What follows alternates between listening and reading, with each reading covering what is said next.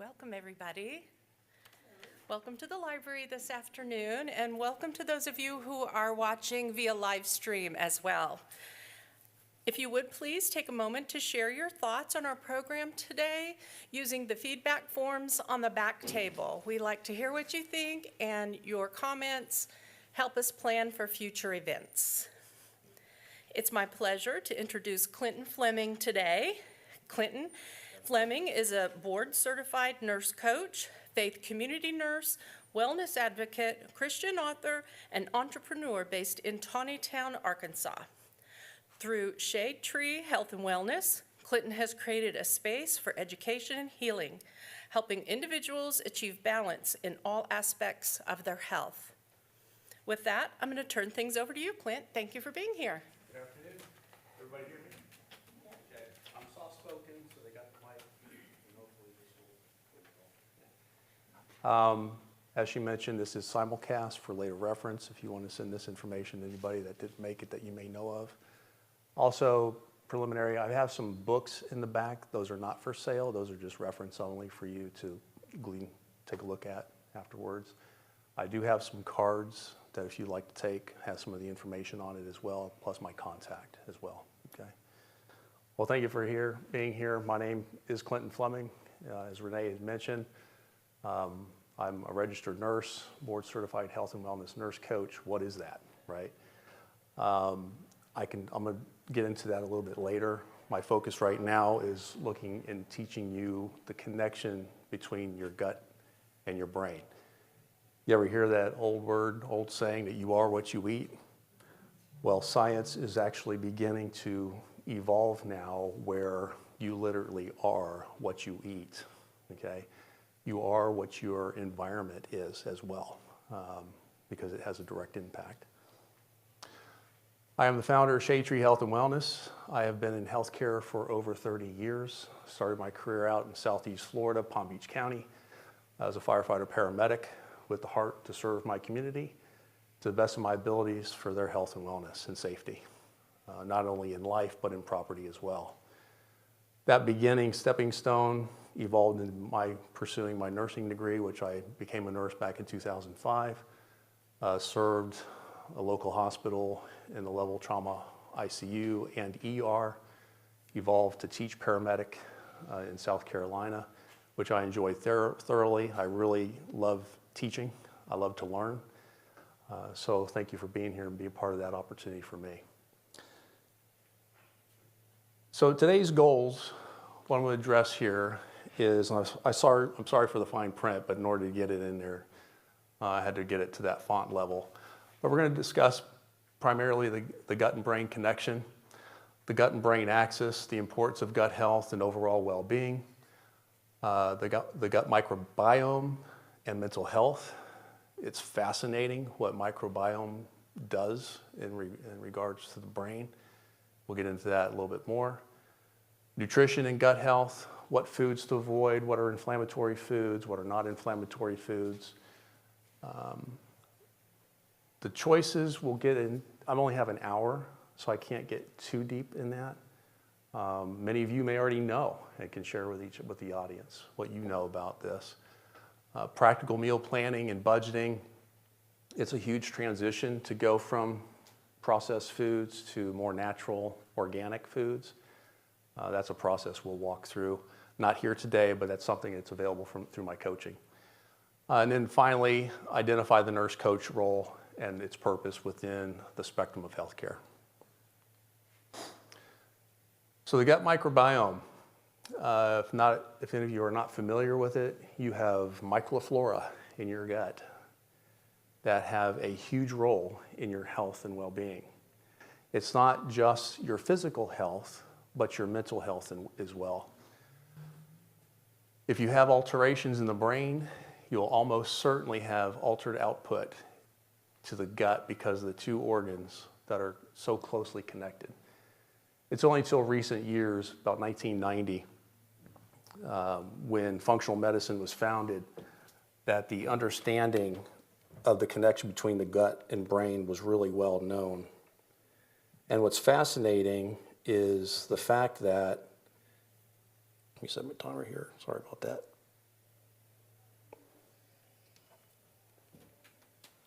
it wasn't known. Dr. Jeffrey S. Bland, I've got his book in the back. He's the founder of functional medicine. He's a clinical medical psychologist and started looking at mental health, overall health and wellness, and how it correlates to the gut, and formed functional medicine. Functional medicine is a legitimate science. Many physicians are beginning to transition over to functional medicine because of the sole purpose that it does address the root cause of disease. Too often we're treated pharmaceutically, and I'm not here to demonize modern medicine. I'm just here to educate that there's more to it. That through traditional healthcare, I almost died from Crohn's disease back in 2007. And what traditional healthcare does is it looks at the overall health of the body, and it looks at it through system lens. All right, if you have a disease process in a particular system, they treat that system however form they treat it, right? Well, functional medicine, well, if you have a disease in this system of the body, it's rooting out of the gut. You have a disease everywhere, okay? So where the follow the link back to is the gut. It's your digestion, your ability to digest foods, how you're absorbing these things, right? And then looking at, are the nutrients available in your food of which are needed to equip your body, okay?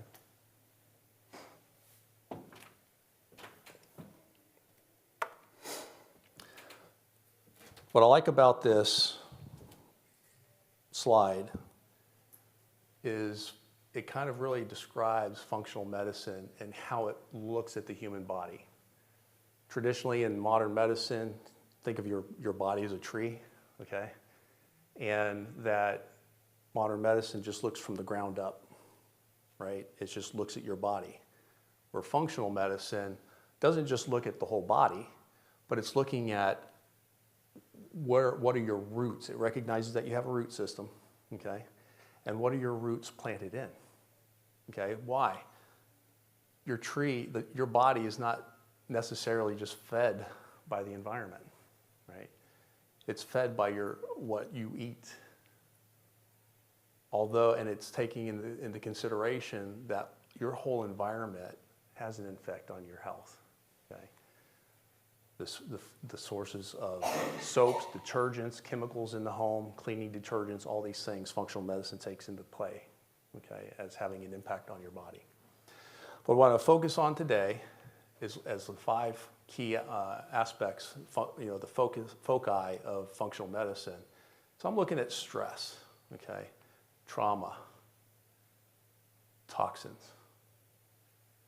When we look at stress, when we look at the disease process, we've got to look and understand what inflammation is, okay?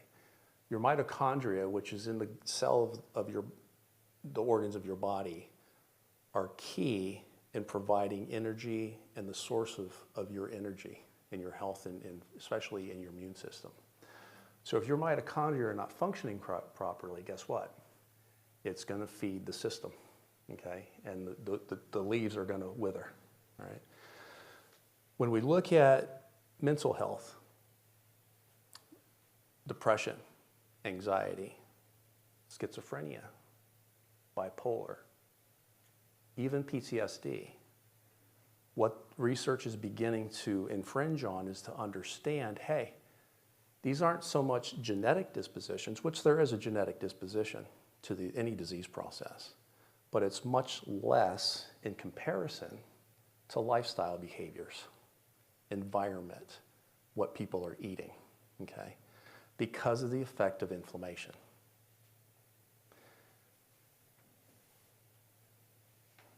So what is this thing, the gut and brain axis?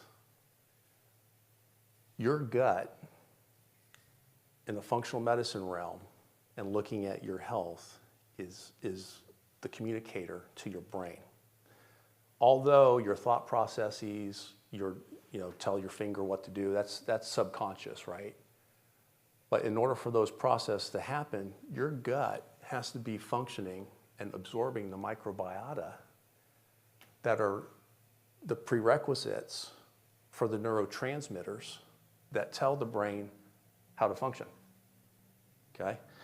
So if there is an imbalance or dysbiosis in the gut flora, you're going to have an imbalance in the brain, right? Part of that balance is sleep. Well, why are people not sleeping? Stress, traumas, okay? It comes back to that. But it's also what you eat and what you're drinking. To get water out of the tap, great. Drinking water is good, but what's the source of that water, right? Where's it coming from? What's in it?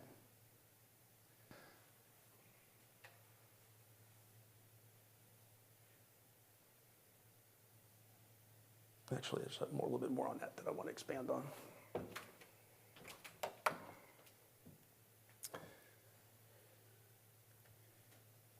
So my coaching approach, which is inspired by the functional medicine perspective lens, focuses on restoring balance in your life through personalized guidance. This includes education about essential dietary changes, proper food preparation and cooking techniques. What are you using to cook with? Do you think about that? I never really did. Before my Crohn's, you know. It wasn't anything for me to stop into the gas station, grab a Mountain Dew and one of those awesome tasting, you know, pepper, you know, beef jerky sticks, you know. I didn't really think about it, right? The importance of prebiotics. What's the difference between a prebiotic and a probiotic? Well, prebiotic is in the large intestine, probiotics are for the small intestine. Okay, it's basically all it is, the difference. Recognizing whole foods as medicine. And while we're on that, we are going to be seeing, you guys are in the very beginning stages, and I'm kind of ahead of my time a little bit, but we're going to be seeing a significant dynamic change in how healthcare is implemented in this nation, okay? It is getting back to the natural because we've kind of reached our limits, okay? On the precipice of looking at what allopathy can provide, which is our traditional healthcare, we're getting back to, hey, there's something else that's impacting the body. And how is our food being processed? What's the source of our food? Getting back to farming, how do we farm? We are going to be looking at, instead of a nationalized perspective of healthcare, it's going to be up to you and me. It's going to be community-driven, community-provided. It's where it's heading. We can no longer continue to sustain the system that we have. 60% of the hospitals in this state are operating in the red. 20 are closing. That's just a litmus of what's happening in the rest of this nation. That is not a fear tactic, it's just a reality. Okay? Neurotransmitters such as acetylcholine, which is important for muscle contraction, rest and digestion response, memory and learning, is produced in the gut. Serotonin regulates mood, appetite, and sleep, produced in the gut. Dopamine, which is reward, motivation, pleasure, okay, is developed in the gut. Glutamate for learning and memory, gut, you guessed it. And then the gamma, or GABA, which is a gamma aminobutyric acid, which reduces anxiety and promotes relaxation, is produced in the gut. When we look at depression, when we look at anxiety, when we look at these major depressive disorders, there is a lack of presence of those key neurotransmitters. And Pharmacopoeia has established medications to treat that, right? More synthetic than natural. And research is beginning to show that many of those pharmaceuticals actually inhibit the microflora from functioning the way they should. So what we think is taking for the good may not necessarily be for the better.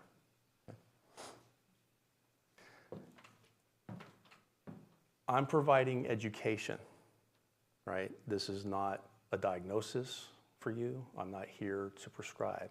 I'm here to just provide education and awareness for you, okay, which is my role as I believe my role, and I take very seriously as a nurse.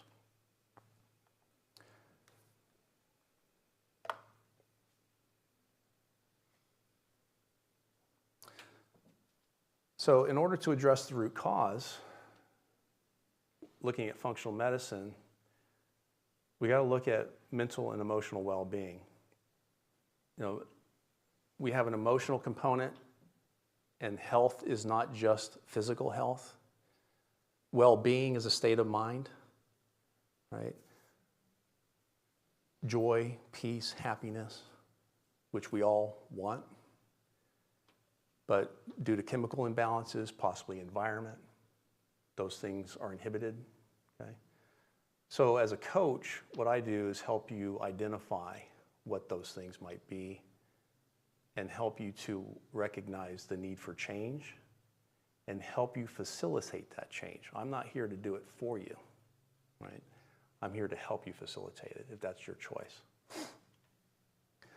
But mental and emotional well-being is a balance of diet, significantly impacts mental health, helping us to manage stress, reduce anxiety, and enhance our mood.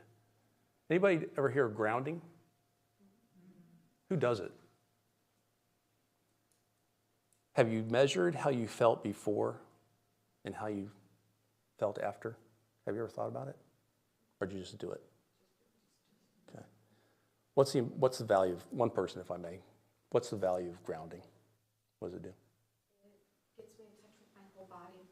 It starts from the ground up. I feel more anchored and centered. Yeah. We do radiate an energy, okay? And nature by design is medicinal. And I'm dialoguing, University of Arkansas is working, I believe it's with the University of Oklahoma Neuroscience Department, on doing research on how the outside impacts mental health. Right?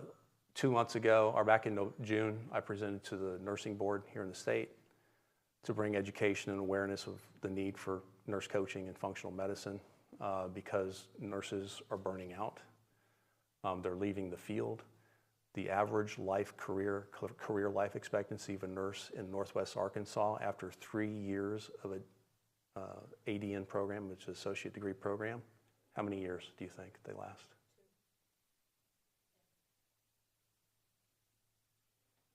1 year. 1 year on average.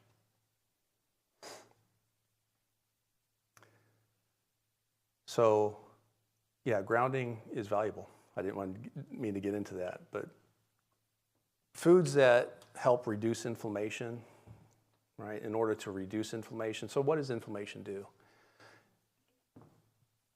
And what's its cause?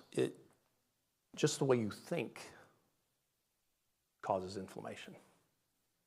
Anger, stress, unforgiveness leads to these chemical imbalances, right, which facilitate these issues. Okay?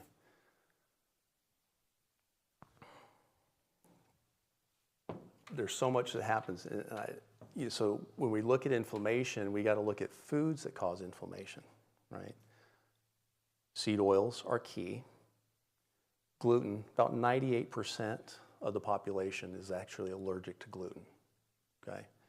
If you have GERD, anything like this, it's associated generally to food, right? The reason why is not gluten's fault. It's the processing process, the way it's processed. We don't have the nutrients that our bodies need, right? So that's where getting back to community gardening, regenerative farming, which is a method now that's coming out and becoming more studied because it maintains the microflora of the soil in the soil so that the plant absorbs it, so that you absorb it when you eat it. So inflammation can be caused by sugar.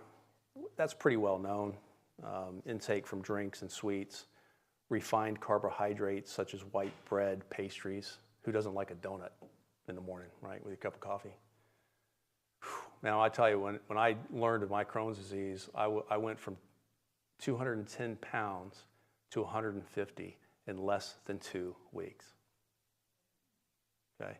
I didn't even know what was happening, but I knew it was autoimmune. My body was fighting against what was happening. My body was shutting down.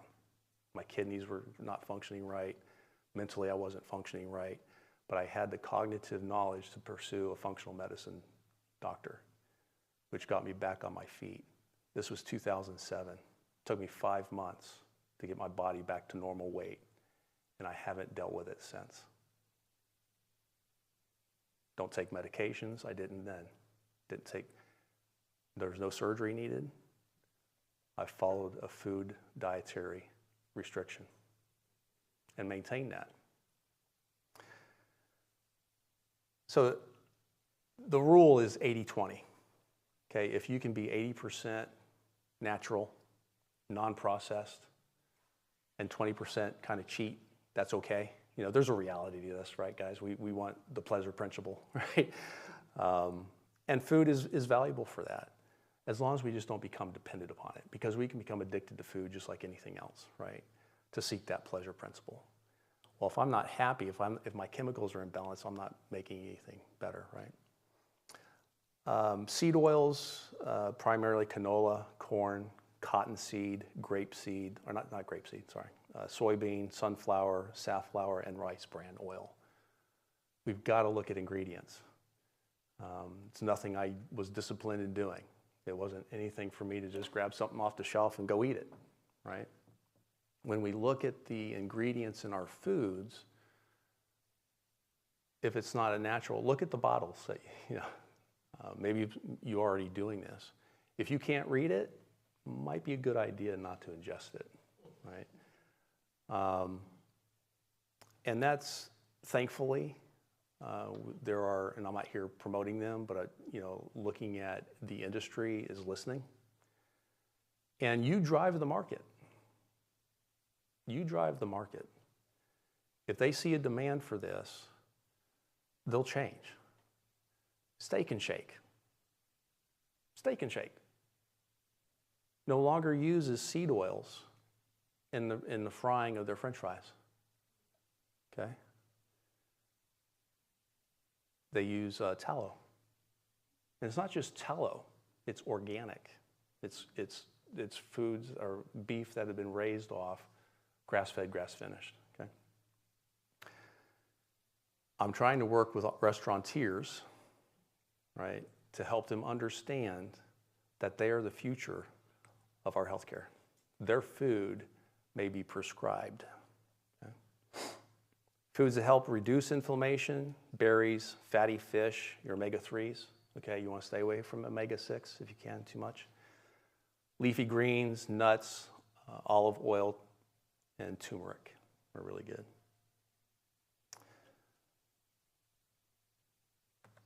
And I am going to leave some time at the end here for some questions if anybody wants.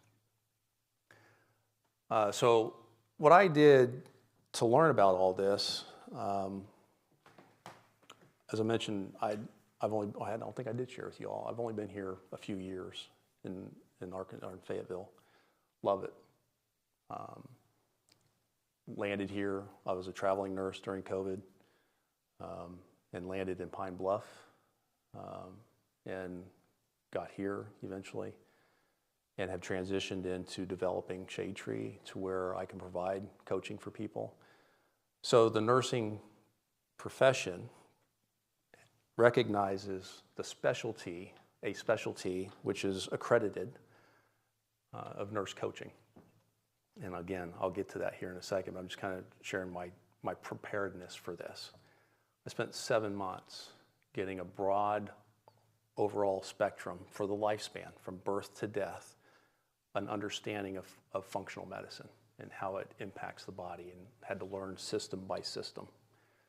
The next component of that was functional medicine nutrition. So I obtained that course. So I'm not a nutritionalist, which I would not try to be, right? But I have a grounding in it to help direct that path.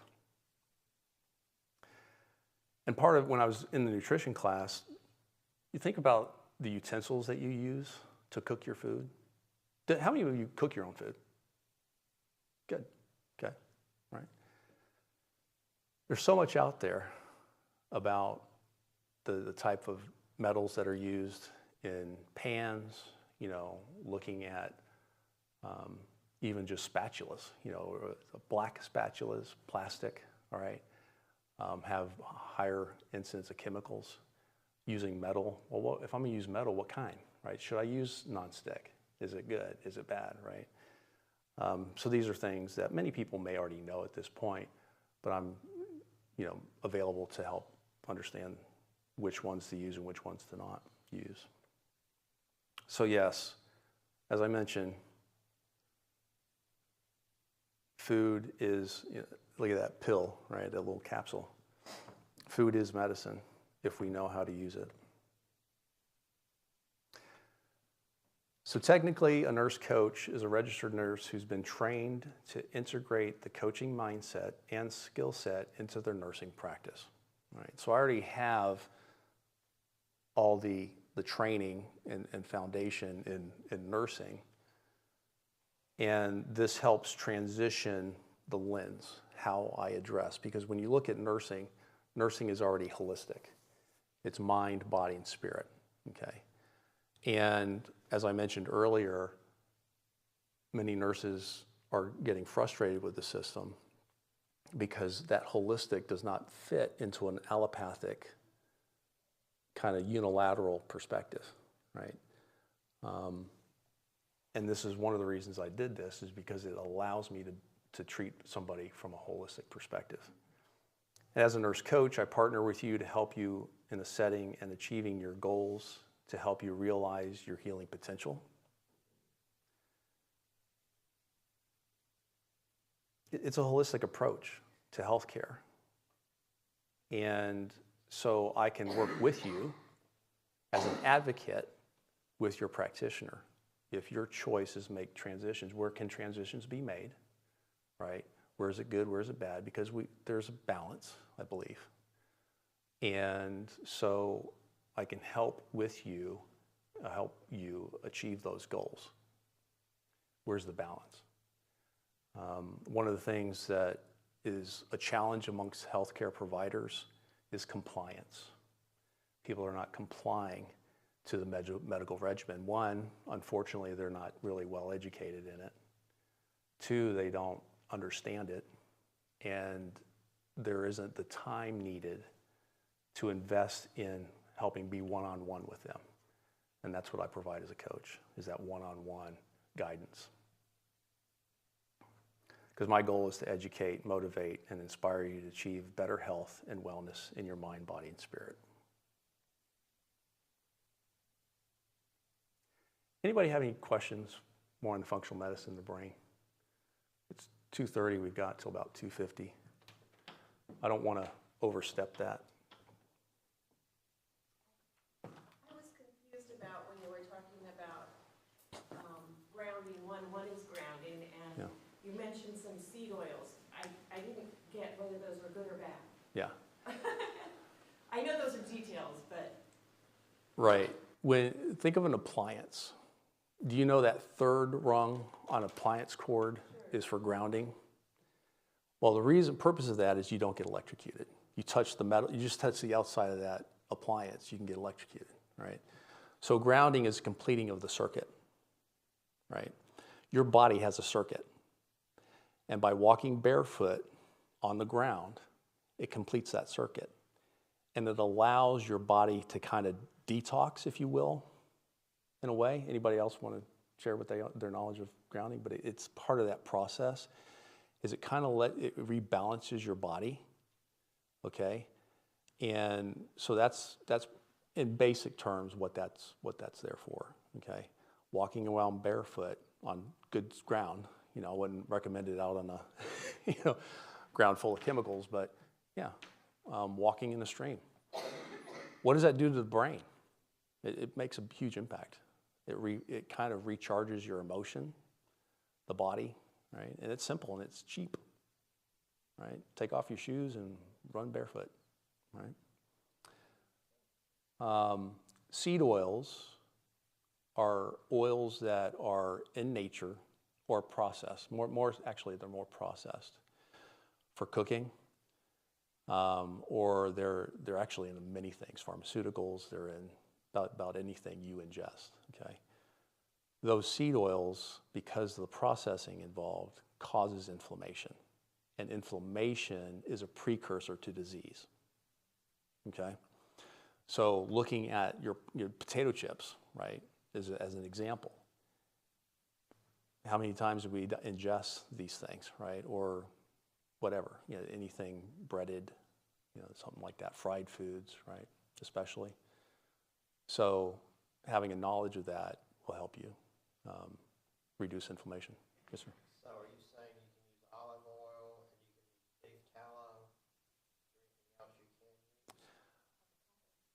Avocado, unadulterated avocado oil, okay? Because adulterated avocado oil, there are producers that infuse seed oils into the avocado oil to reduce costs, okay? So is it the seed oil that's bad or the way that it's processed? The seed oil, yeah.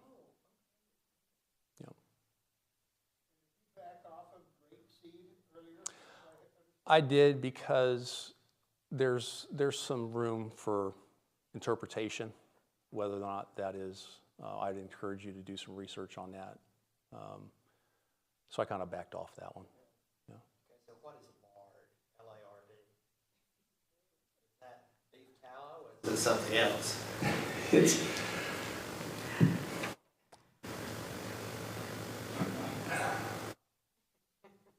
Good question. Okay. With the tallow is if you think of broth, right? Tallow is coming more from the marrow as well. It's not just the fat, but it is the fat of the animal. Lard is a waste product, where tallow is a product of which is valued for a resource. It's more of a resource because it's anti-inflammatory ability and it's very flavorful. So Saying lard is not good. yeah, lard is not good. Okay, I've never seen beef tallow in the store. How do you get it? Where do you look for it? There's a reason for that. Walmart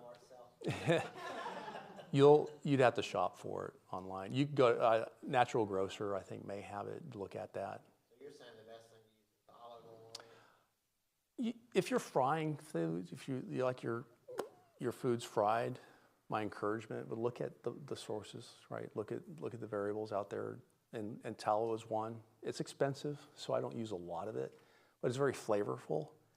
Okay, but yes,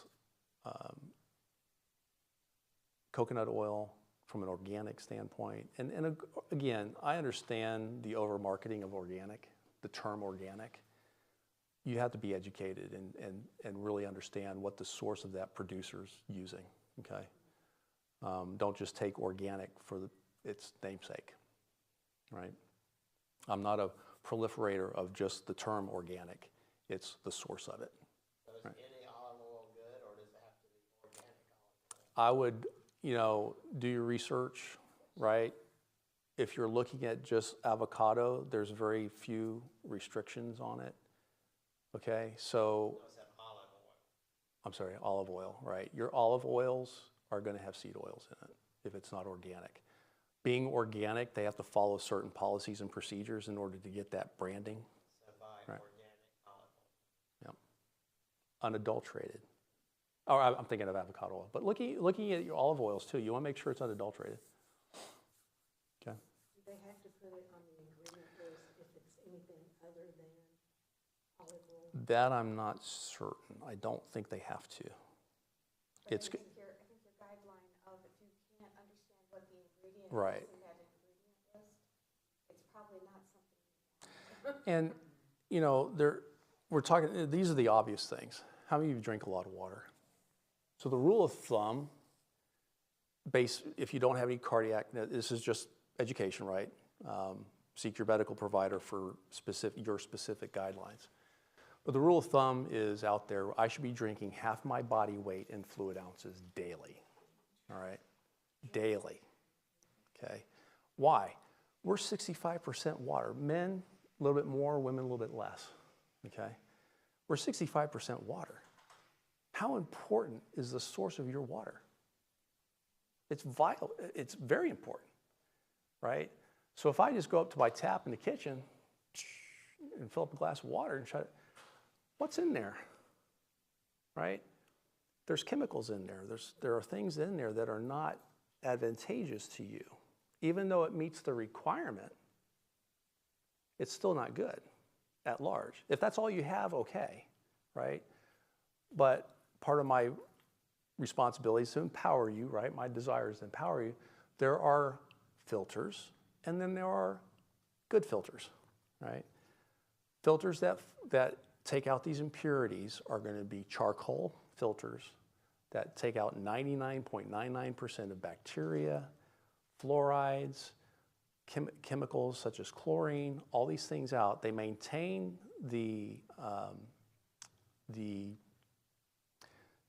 essentials such as your I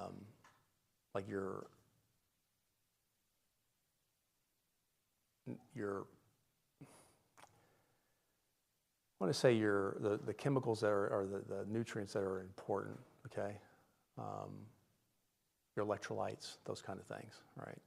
But they take out the other things. And you'll be fascinated by what you'd find in the chemistry set with your tap water. Big jugs of filtered water that you can buy at Walmart. Yeah. I get it offline. Now I don't get any investment from these people. Go online, you can shop. Berkey water filter, AquaPure are one of those. They're a little bit more pricey, but those filters last for, depending upon your use, generally a year to 2.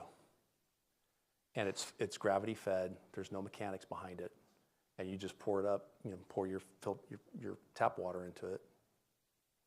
And the value of those things too, in the event, not being too crazy here, but if for whatever reason we don't want to use our local water source, you can go dip in the stream, right?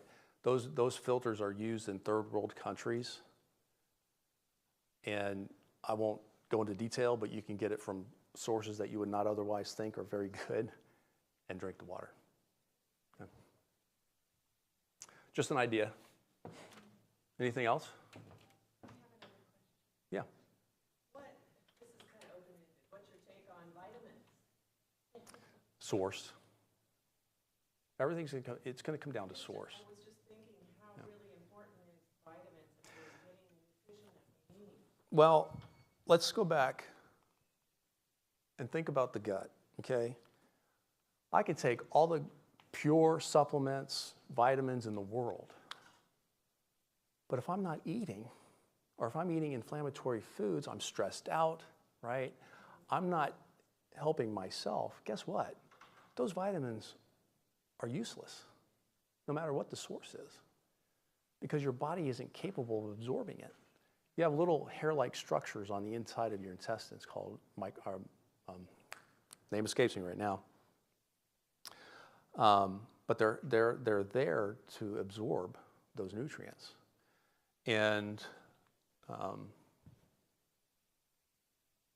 good golly, that escaped me. I'm surprised. Anyway, what happens is you have a very thin barrier between your small intestine and your bloodstream, okay? And depending upon your digestion, inflammation, and those are cells, okay? You have cells in the lining of your small intestine.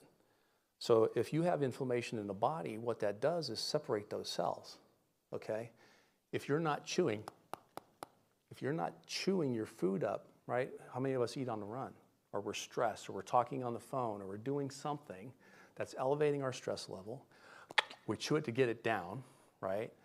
Those particles aren't getting digested by the stomach, and they're getting to the level of the intestine where if there's a separation in the wall, guess what? Those particles are now in the bloodstream, okay? Which now your body says, hey, there's a bad thing here, and sends out its autoimmune defense. So rheumatoid arthritis, okay? Some of these things are stemming out of this, right? So if I learn what inflammation is, what foods, how it impacts my body, and there's a bunch of other things, right? I'm just focusing on mental health. They did research. There was a gentleman that kept going to the ER, and he constantly had fluid on his knee, all right? So they do the practice, drain the fluid, get him out, right? Give him antibiotics, go back. Well, he's keeping coming back. Well, he went to a functional medicine doc. They aspirated or drew the fluid off of his knee, okay? Looked at it under a microscope. What they found will surprise you. It was a microflora, a bacteria that can only be found in the gut. So what does that mean? It means that he had leaky gut.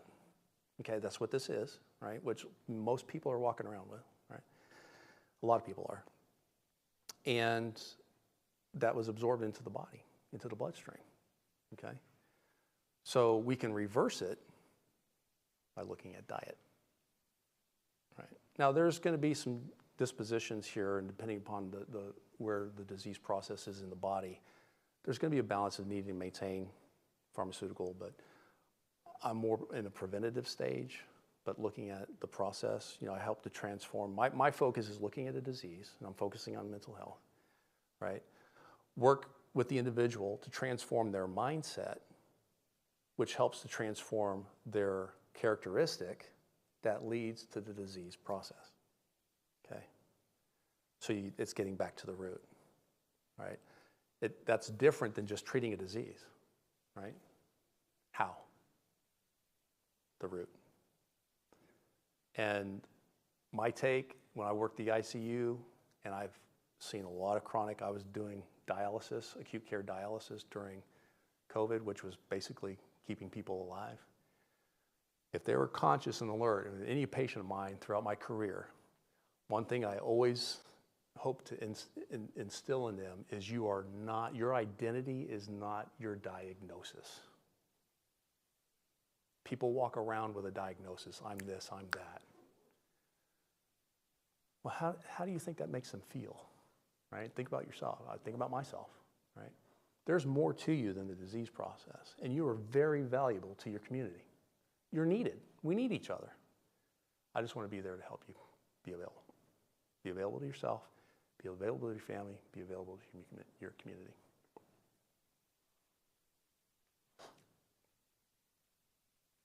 But yeah, and we will look at, especially, trauma, all right?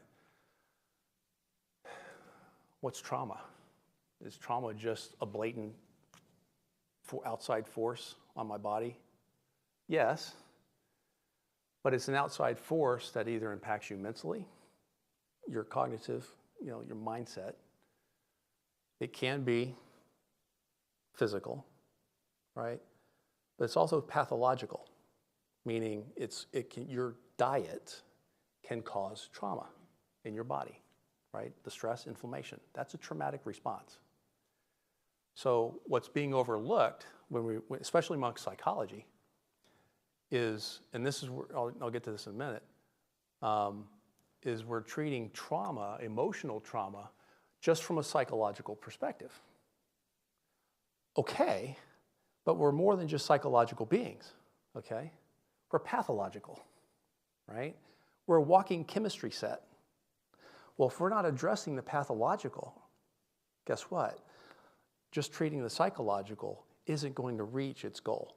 There might be some benefit, right, and some recognized changes, but overall, it's not going to bring you to complete healing. We've got to look at both, right? That's where that comes in. Therapy, counseling, psychiatry, okay? Traditionally, this is what they look at, okay? Which is good, but what comes out of it? And typically, this is repetitive. You get cyclical. I get upset, go see this, right? And that's the only source. Well, how are you breaking out? How are you breaking free from that bondage that's causing the need or the trauma? We gotta look outside, because what coaching is it's looking at you. Your identity is not your diagnosis, right? And I'm just here for you. I can't make you do anything, right? But if you're knowing there's just something else to this, that's what I'm here to help and walk with you and explore, right, as a healthcare advocate. So it's much more future focused. I'm a partner, okay, as opposed to a prescriber or diagnoser. I'm here to encourage you, right? But encourage you to take action, right? Not entitle, but to help and empower you to take action so that your strengths are based and your changes are rooted. That's sustainable. Because what's that? Teach a man, give a man a fish, you feed him for the day. But you teach him how to fish, you feed him for a lifetime. I want to feed you for a lifetime because I don't want you dependent on me. Not at all, right? That's the goal of the coaching. I want you to be able to learn and take it and, hey, even distribute it, okay? As I've mentioned, community-based, we're getting there, people. It's coming, okay? Facilitate self-discovery and clarity and purpose, right? You have a purpose. Relationships key. Identity, value, purpose, and responsibility, right? You all didn't come here, I doubt, just to listen to somebody speak, right? What is it that led you here? Why? What influence do you have with your circle? What importance does that play? Do you have a circle? Do you recognize the need for you? That's what I help. Because I'm looking at potential, I want to help develop it. I want to give you the knowledge to do that. I want to motivate you, right? Advice, right? You're in the driver's seat. I'm just a passenger, right? I'm not a backseat passenger. I'm not the co-pilot. You're in the driver's seat. Your decisions will determine your outcome, right? Compliance. Educate. Give you the experience. You can borrow from me for a little bit to help build that strength, okay? And you're going to experience change if you're truly looking for change, because I'll push it, right? To the extent that it's acceptable, right? It's kind of I kind of lean in and what are you capable of taking, okay? Not push you beyond, but to maintain a firm foundation so that you can reach your goal, right? If I'm just there agreeing everything you say and just catering to you, where are you getting? You're just spinning your wheels in a slick of mud. To help you manage your life and help guide others.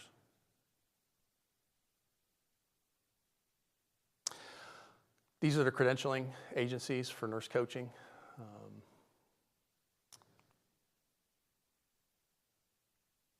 That's pretty much it in a nutshell. I do have some cards in the back with my contact. You can reach me. You go to the website, Shade Tree Health and Wellness. 30-minute free consultation. There's a lot of things I could not get into today because it's just more detail. But we can discuss those things. I do work a full-time job, 9 to 5. So each one would be individual. So I don't have my schedule indefinitely, right? So I have to, unfortunately, at this moment in time, have to work with each individual on availability, right? But always happy to share information, which I'm developing a blog on the website. And many of the things I discussed today, foods that cause inflammation are on there, foods that help reduce it. But again, this is advice, right? This is not diagnosis, just kind of that disclaimer. I'm not a physician. I can't tell you, prescribe this. It's just, hey, it's here for your information. Is this the type thing that, not the Walton School of Medicine, not the doctor's training hospital they're building, but the other, the community? I have not done a lot of research into that, so I can't speak on that. Yeah, sorry. It sounds familiar, like some of the things I've read, that the focus is going to be community medicine. Yeah. But I don't know anything about it either. I've worked in ERs across the country. I've worked in ICUs across the country, worked on the ambulance across the country. And we need to be accountable to each other. We need each other, okay? And in order for me to fulfill my job, in order for you to fulfill your role in life, it's not a lonely street, right? We're here for each other. So yeah, it's coming back to that. We need it. We need it. Is it covered by chance through our health insurance? Not yet. So the American Medical Association, which is you ever get the bill from your hospital or your doctor? Okay, it's got all those codes. Okay, they're working on providing those specific codes for coaching for insurance companies, but it's a research process. Okay, it's kind of giving the realm to so there's a process to that, and it's about 5 years, and it's kind of been elongated. So we might be looking at 2028 before that's there. Some health savings will provide it. I don't know which ones those are because I'm trying to get that information because I want that for that very question, but it's not available for me to know. Same would be true for Medicare then. Yeah. Well, and that's where, I'm sorry, ma'am? What was that? That kind of stuff, out of a lot of Medicare stuff this last year. And this is why, especially as a community nurse, I really want to bring an emphasis back to community, right? I have resources, right? And I can be responsible, I can limit myself. Where are we fiscally responsible for one another, right? That's kind of automated. That's already taken care of through the insurance process because we all have to have insurance, right? And we pay into it. But what if that is gone? Then what, right? Do we have within our culture, in our society, the sense of responsibility for one another, right? Because the mindset is very individualized. What's mine is mine, is yours is yours. We got to break out of that. Got to break out of it. Because that's not cultivating opportunity and building a foundation for sustainability. And I'm not here to be on a political soap or any soapbox, but it's just, we need to be looking at it this way.